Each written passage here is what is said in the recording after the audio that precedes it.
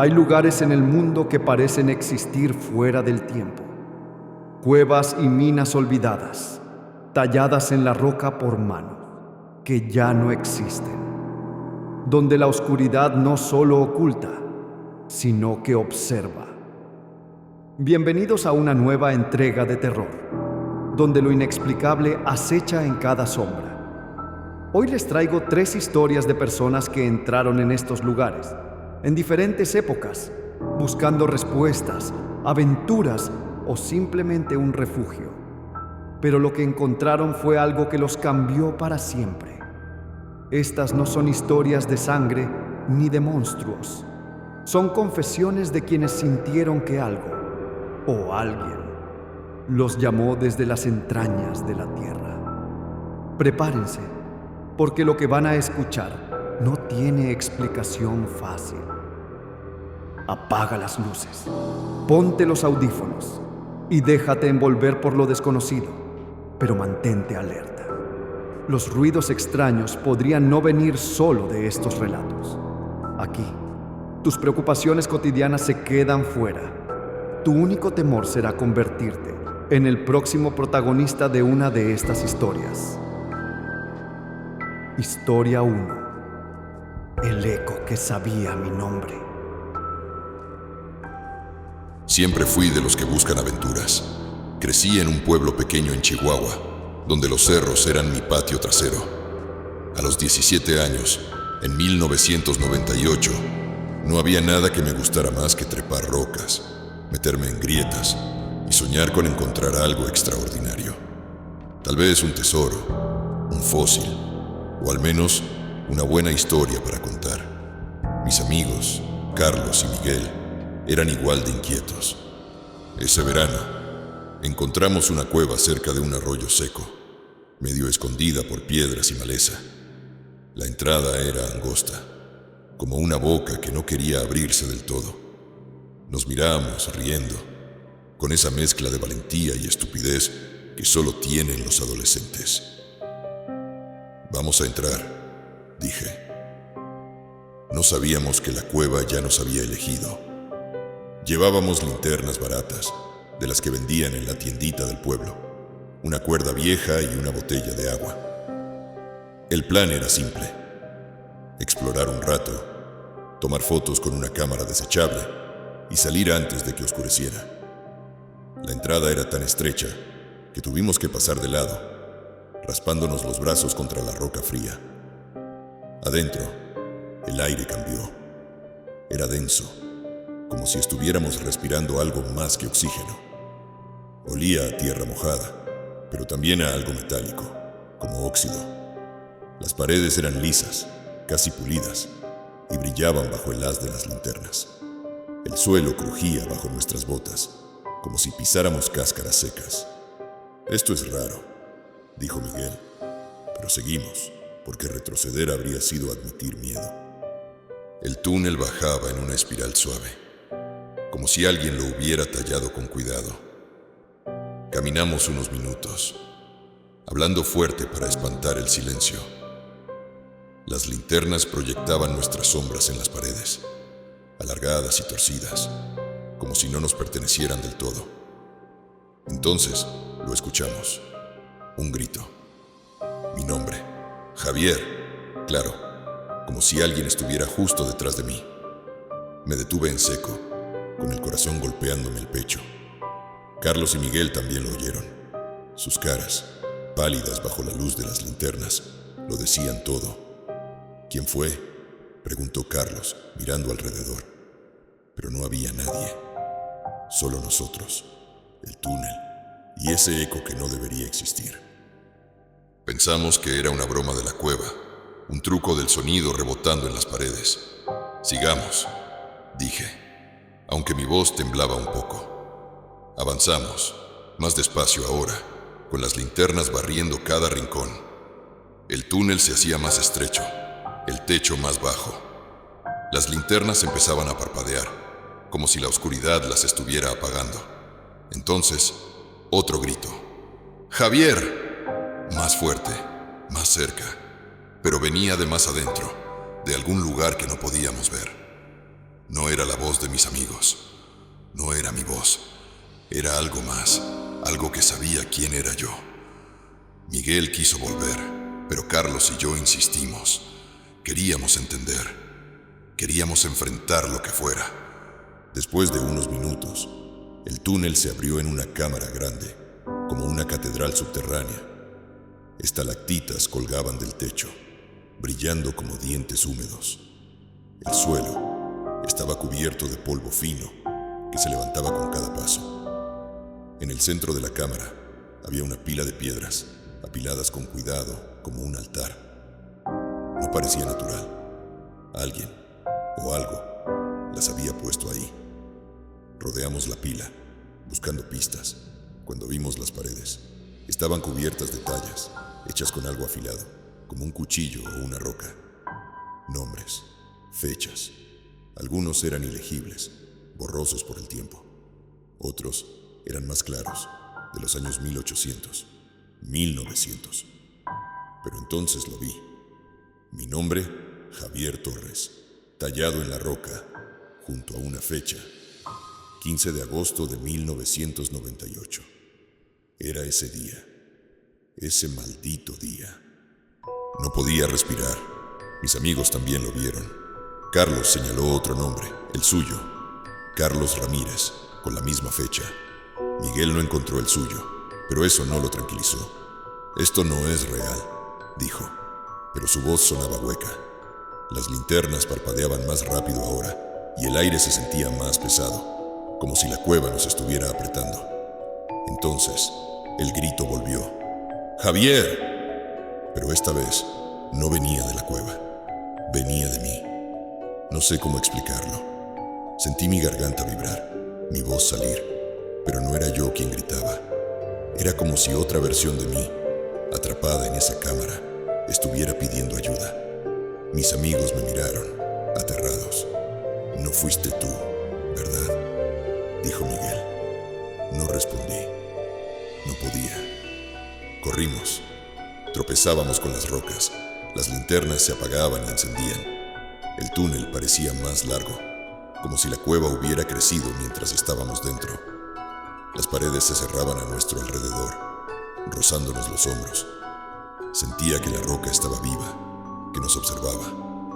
Los gritos seguían. Javier, Carlos, pero ahora eran más. Voces que no reconocíamos, nombres que no eran nuestros, todos mezclados en un eco que no paraba. Cuando por fin vimos la luz de la entrada, corrimos hacia ella como si nuestra vida dependiera de eso. Salimos, cayendo sobre la tierra seca, jadeando. El sol ya se había puesto. Miré mi reloj. Habíamos entrado a las 4 de la tarde. Solo estuvimos 1 hora adentro, o eso creíamos. Pero el reloj de Carlos marcaba las 3 de la mañana. Volvimos al pueblo en silencio. Nadie habló de la cueva después de eso. Carlos se mudó 1 año después. Miguel dejó de salir con nosotros. Yo intenté olvidarlo, pero no puedo. A veces, cuando estoy solo, escucho mi nombre en el silencio. No es un eco, es un susurro, como si la cueva aún me estuviera buscando. Hace poco, volví al arroyo seco. La entrada ya no estaba. Solo había un montón de piedras, como si la cueva se hubiera sellado sola. Pero sé que sigue ahí, en alguna parte esperando. Y sé que mi nombre sigue tallado en esa pared, junto a una fecha que no debería existir. Historia 2. El reloj que giraba al revés. En 1974, yo era un ingeniero joven, recién graduado, con más confianza en mis cálculos que en las historias de pueblo. Me contrataron para inspeccionar una mina abandonada en Zacatecas, un lugar que llevaba cerrado desde los años 20. El trabajo era sencillo: evaluar los túneles, comprobar si eran estables y decidir si valía la pena reabrirlos. Los locales decían que la mina estaba maldita, que los últimos mineros huyeron porque algo los perseguía. Yo no creía en cuentos. Para mí, todo tenía una explicación. gases, derrumbes, supersticiones, pero hay cosas que ningún plano ni ecuación pueden explicar. Entré con un equipo de 3. Raúl, un geólogo experimentado, Clara, una topógrafa, y yo, el novato que quería demostrar que podía con todo. Llevábamos mapas antiguos, brújulas, linternas de alta potencia y relojes de cuerda, de esos que no fallan ni en el desierto. También teníamos walkie-talkies, aunque la señal era pésima bajo tierra. Desde el momento en que cruzamos la entrada, algo se sintió mal. El aire era frío, pero no fresco. Era como si la mina estuviera conteniendo el aliento. Olía a polvo y a algo más, algo agrio, como metal quemado. Las vigas de madera que sostenían la entrada estaban podridas y el suelo estaba cubierto de grava suelta que crujía bajo nuestras botas. Avanzamos por el túnel principal, siguiendo los mapas. Las brújulas fueron lo primero en fallar. Las agujas giraban sin sentido, como si el norte se hubiera perdido. «Es el mineral», dijo Raúl, encogiéndose de hombros. Pero entonces noté mi reloj. Era un regalo de mi padre, uno de esos de cuerda que siempre marcaban la hora exacta. Las manecillas se movían al revés, lentas, como si el tiempo estuviera deshaciéndose. Pensé que se había descompuesto, pero Clara y Raúl miraron los suyos y encontraron lo mismo. Los 3 relojes retrocediendo. Nos reímos, nerviosos, diciendo que era la humedad o el magnetismo de la mina. Pero en el fondo, sabíamos que no era tan simple. Seguimos avanzando. Los túneles eran más grandes de lo que esperábamos. Un laberinto que no coincidía del todo con los mapas. Encontramos restos de la vieja operación. Picos oxidados, carros de mina volcados, lámparas rotas tiradas en el suelo. Todo parecía abandonado a la mitad, como si los mineros hubieran salido corriendo. En una pared vimos marcas. No eran dibujos ni grafitis, eran frases, escritas con carbón, en una letra temblorosa que apenas se podía leer. «No salgas. Ella te ve. El tiempo no es tuyo». Las palabras parecían recientes, como si alguien hubiera estado ahí hace poco. Clara tomó fotos, diciendo que podían ser pistas de vándalos, pero Raúl no estaba convencido. «Esto no me gusta», murmuró. Insistí en seguir. Quería terminar el trabajo, demostrar que no me asustaban unas palabras en una pared. Bajamos por un túnel secundario, más estrecho, donde el aire se volvía más pesado. Las linternas proyectaban sombras que parecían moverse solas, alargándose y encogiéndose sin motivo. Entonces, llegamos a una galería enorme, un espacio cavernoso con un pozo en el centro que parecía no tener fondo. El silencio era tan denso que dolía en los oídos. Nos detuvimos, mirando alrededor. Las paredes estaban cubiertas de más frases, más desesperadas. «Vuelve. No mires. Estás tarde». Y fechas, algunas de los años 20, otras de 1974. Ese año. Nuestro año. Fue entonces cuando lo vi. Mi sombra en la pared no se movía como yo. Levanté un brazo y la sombra lo bajó. Caminé hacia un lado y ella se quedó quieta, como si me observara. Miré a Clara y Raúl. Sus sombras hacían lo mismo, imitando sus movimientos al revés. «¿Qué demonios es esto?», susurró Clara. Intenté hablar, pero un sonido me interrumpió. Un tic-tac, lento, profundo, como un reloj gigante. No venía de nuestros relojes, venía del pozo. Cada tic era como un latido, resonando en el pecho. Mis manos temblaban. El walkie-talkie crepitó, pero solo se oía estática. Y luego, una voz, mi voz. «Sal», dijo, pero yo no había hablado. Raúl fue el primero en correr. Clara y yo lo seguimos, tropezando en la oscuridad. Las linternas parpadeaban y el tic-tac nos perseguía, más fuerte, más rápido. Los túneles parecían haber cambiado. Girábamos en esquinas que no estaban en los mapas. Pasábamos por cámaras que no habíamos visto antes. Las frases en las paredes se repetían. No salgas, ella te ve. Pero ahora parecían escritas con prisa, como si alguien las hubiera garabateado mientras corría. En un momento, vi mi sombra de nuevo. Estaba delante de mí, corriendo en la dirección opuesta, aunque yo estaba quieto. No era solo una sombra, era yo, o algo que fingía serlo. No sé cuánto tiempo corrimos. Los pulmones me ardían, las piernas me pesaban.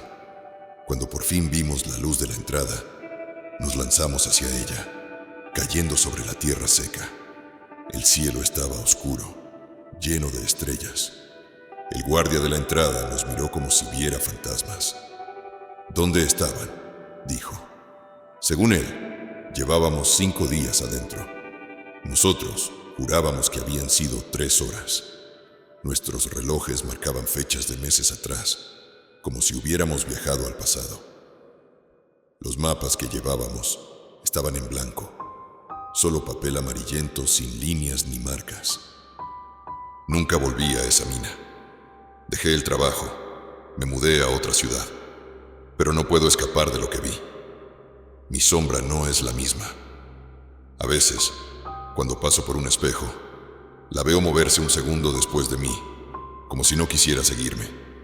Y el tic-tac, ese maldito tic-tac, lo escucho en la noche, cuando todo está en silencio. No sé qué era esa mina, pero sé que nos robó algo. Tal vez tiempo, tal vez a nosotros mismos. Historia 3. La puerta que no iba a ningún lado. En 2012, vivía en un pueblo pequeño cerca de Durango, de esos lugares donde todos se conocen y las historias corren como el viento. Había una cueva en las afueras, escondida entre cerros y nopales, que los viejos decían que estaba maldita. Contaban que los que entraban no siempre salían, o que volvían cambiados, con la mirada perdida. Yo, a mis 24 años, no creía en esas cosas. Me gustaba el riesgo, la adrenalina de hacer lo que los demás evitaban. Una noche, después de unas cervezas en el bar del pueblo, mi amigo Toño me retó. Si eres tan valiente, entra a la cueva solo, dijo, con una sonrisa burlona. Era una apuesta tonta, pero el orgullo me pudo. Agarré mi linterna, mi celular y una navaja y me fui. No esperaba encontrar nada más que polvo y murciélagos. La cueva estaba a unos kilómetros, en una ladera cubierta de maleza. La entrada era un hueco oscuro, apenas visible entre las rocas, como si la tierra quisiera ocultarla. El aire de la noche era fresco, pero al acercarme sentí un frío diferente, uno que se metía en los huesos. Encendí la linterna y entré. El túnel era angosto, con paredes llenas de grietas que parecían venas bajo la luz. Olía a tierra mojada, pero también a algo rancio, como madera podrida. Mis pasos resonaban, demasiado fuertes, como si la cueva estuviera escuchando. Pensé en dar la vuelta, pero me imaginé a Toño riéndose de mí. Seguí adelante. El túnel era recto, interminable. La linterna iluminaba unos metros, pero más allá todo era negrura. Caminé unos minutos, quizás 10, cuando vi algo que no tenía sentido. Una puerta de madera vieja, con bisagras oxidadas, clavada en la roca. Era absurda, fuera de lugar, como si alguien la hubiera puesto ahí para burlarse. Me acerqué, con el corazón acelerado. La madera estaba astillada, cubierta de moho, y el picaporte era de metal, frío como hielo. Intenté abrirla, pero no se dio. No había cerradura, solo ese picaporte que parecía soldado. Toqué la puerta, y el frío me quemó los dedos. Entonces lo escuché, un susurro. Mi nombre, Elena, dicho con una voz suave, casi dulce, pero que me heló la sangre. Venía de atrás de la puerta. Me quedé paralizada. El susurro volvió, más claro. Elena, abre. Era como si alguien estuviera pegado al otro lado, con la boca contra la madera. Miré mi celular. Sin señal. La batería a medias. La linterna parpadeó y por un segundo la puerta pareció vibrar, como si respirara. Di un paso atrás, tratando de calmarme. Es tu imaginación, me dije. Pero la voz no paraba. Elena, abre.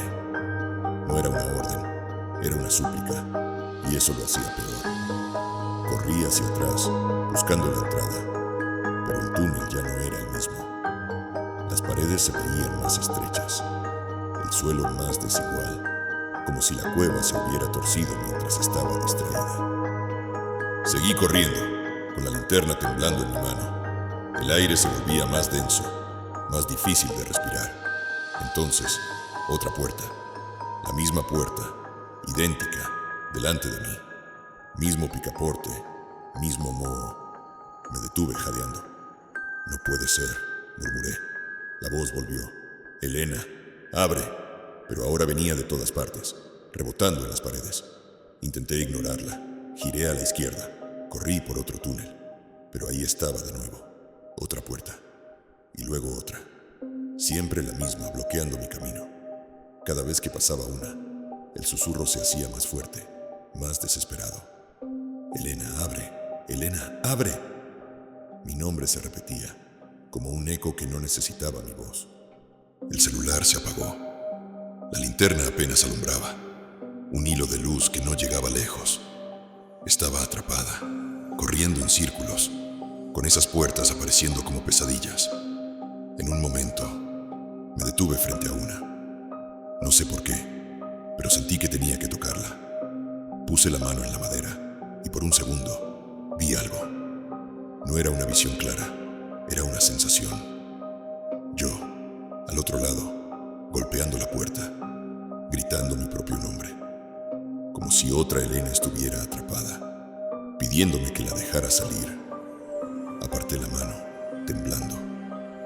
La puerta crujió, como si estuviera a punto de abrirse sola. Corrí de nuevo sin mirar atrás.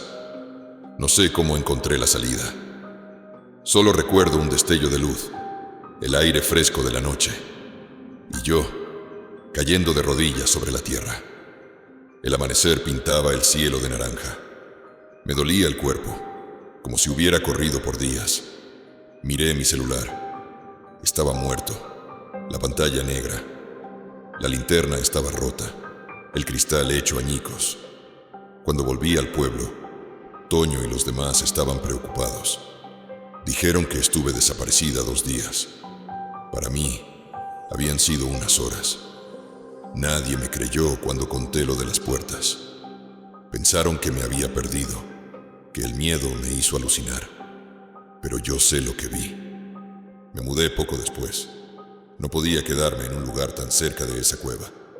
Intenté olvidarlo, seguir con mi vida. Pero no es tan fácil. A veces, en la noche, escucho un crujido, como madera vieja quejándose.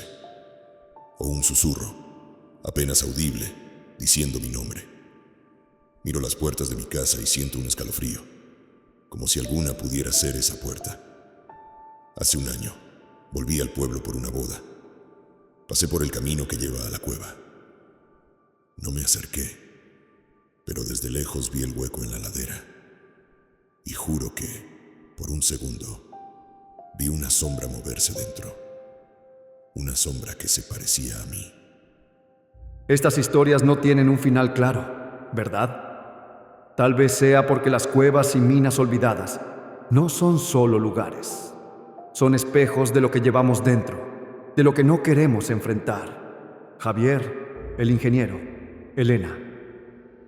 Todos entraron buscando algo, pero lo que encontraron fue a sí mismos, o a algo que los conocía mejor que ellos mismos. La próxima vez que pases por un lugar así, una grieta en la tierra que parece llamarte, piénsalo 2 veces, porque lo que allí se encuentre quizás no quiera que salgas.